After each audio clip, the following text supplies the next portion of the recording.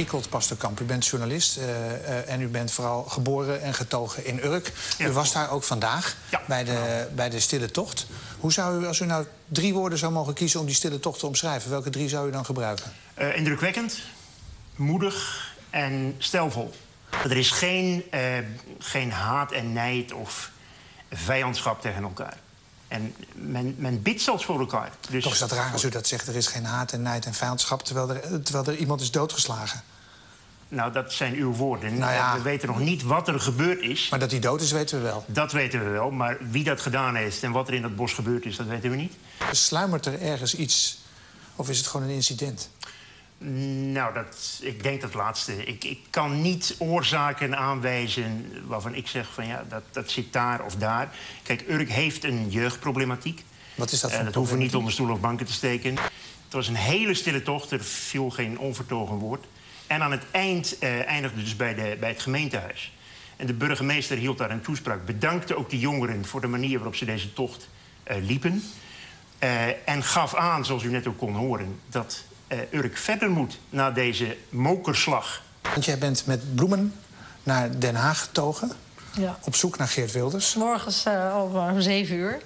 Ja, en daar stond ik op het plein met 255 bloemen en brieven eraan vast.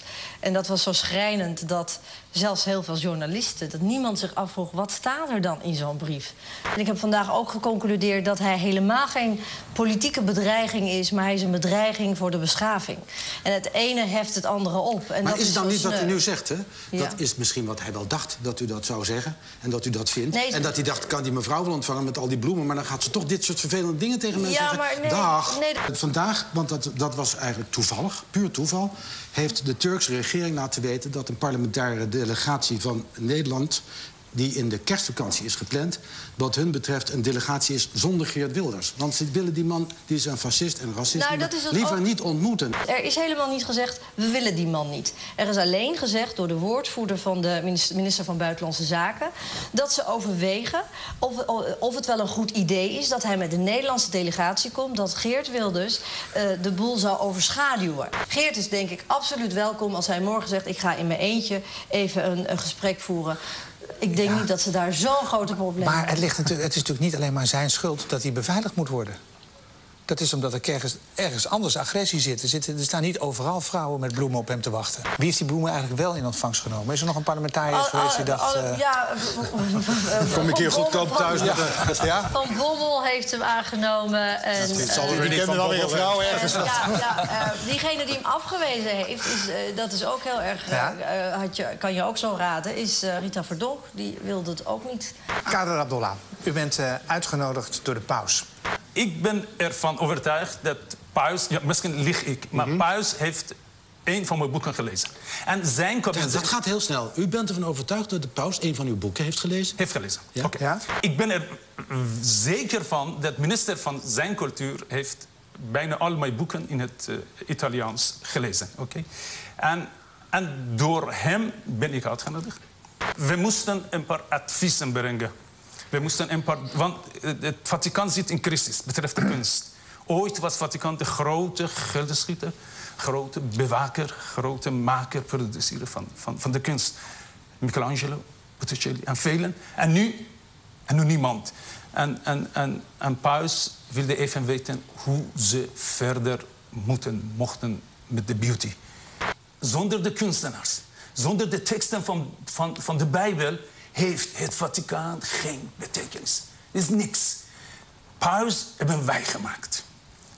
Vaticaan hebben wij gemaakt. Toen hij kwam, ik hoorde Gods voeten stappen. En voor één klein ogenblik was ook een christelijke geworden. Het was zo mooi. Ja, ik ben niet gelovige, maar daar ging het over. Zij hebben het gemaakt. En toen ik naar buiten ging, dacht ik, hé, kijk. Wij, de mens, heeft het gemaakt. Ik kan ook. Ik kan ook maken. Noël van Bemmel.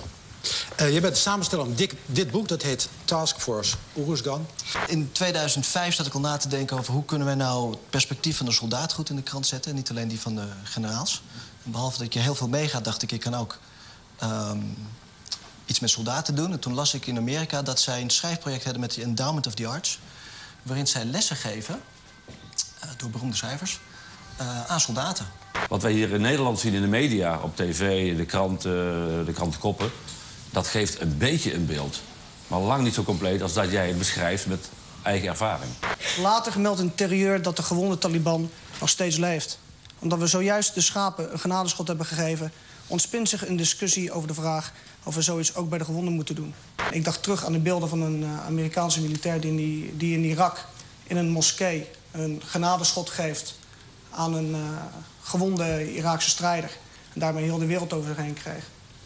En ook dat wilde ik niet mijn mannen en mijn eenheid aandoen.